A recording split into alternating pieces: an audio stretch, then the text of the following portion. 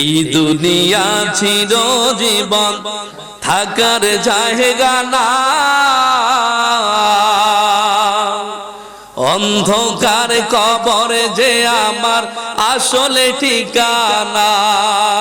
সবাই বলেন, এই দুনিয়া চিরজীবন থাকার জায়গা না, অন্ধকার কবর যে আমার আসলে ঠিকানা। সেদিন নবী বিনে আপন তো আর কেউ তো হবে না, সেদিন রাসূল বিনে আপন তো আর কেউ তো হবে না।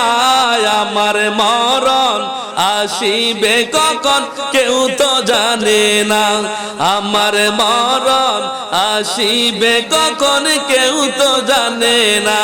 ও আমি মরে গেলে, ও আমি চলে গেলে আমায় তোমরা ভুইলা যায়ো না। আমার মরণ আসিবে কখন কেউ তো জানে না, আমার মরণ আসিবে কখন কেউ তো জানে না। নবীর পক্ষে থাকবেন? কথা বলেন, থাকবেন? নবীর কেউ যদি সালাম দিতে আপনাকে বাধা দেয়, তার সাথে এক কথা হলো ডাল হয়ে দাঁড়াবেন। নবীর বিরুদ্ধে কথা বললে তারে ছাড় দেওয়া যাবে?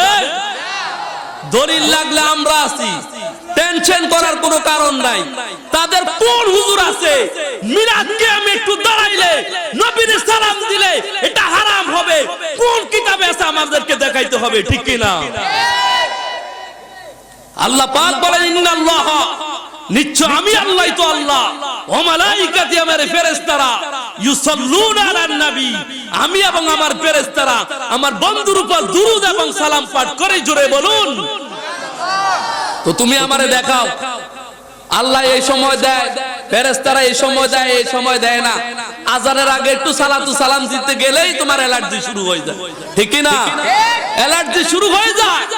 ওই বেটা, নবীর শানে অথচ পারে ভাইরা, তোমার আমি হাদিস দেখাইতে পারবো। আল্লামা জালালউদ্দিন সুয়ুতী রাহমাতুল্লাহ আলাইহি তিনি তার কিতাবের মধ্যে হাদিস কোট করেছেন।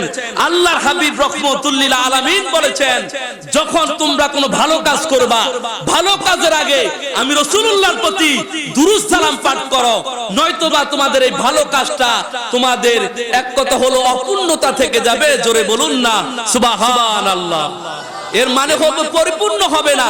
তাহলে আমার এখন প্রশ্ন, নবীর হাদিসের অনুযায়ী বলেন তো, আজানটা কি ভালো কাজ না খারাপ কাজ? ভালো কাজ না খারাপ কাজ? তো ভালো কাজের আগে দুরূদ সালাম দিলে সমস্যা আসেনি? আসেনি? তবে আমরা দিই না, এটারে একদম জায়েজ ভাবে বলি না। আমার কথা হলো, তুমি দাও তোমার ভালো লাগে, আমি দিই না আমার কাছে ভালো লাগে না, কিন্তু ফতুয়াগিরি করা যাবে?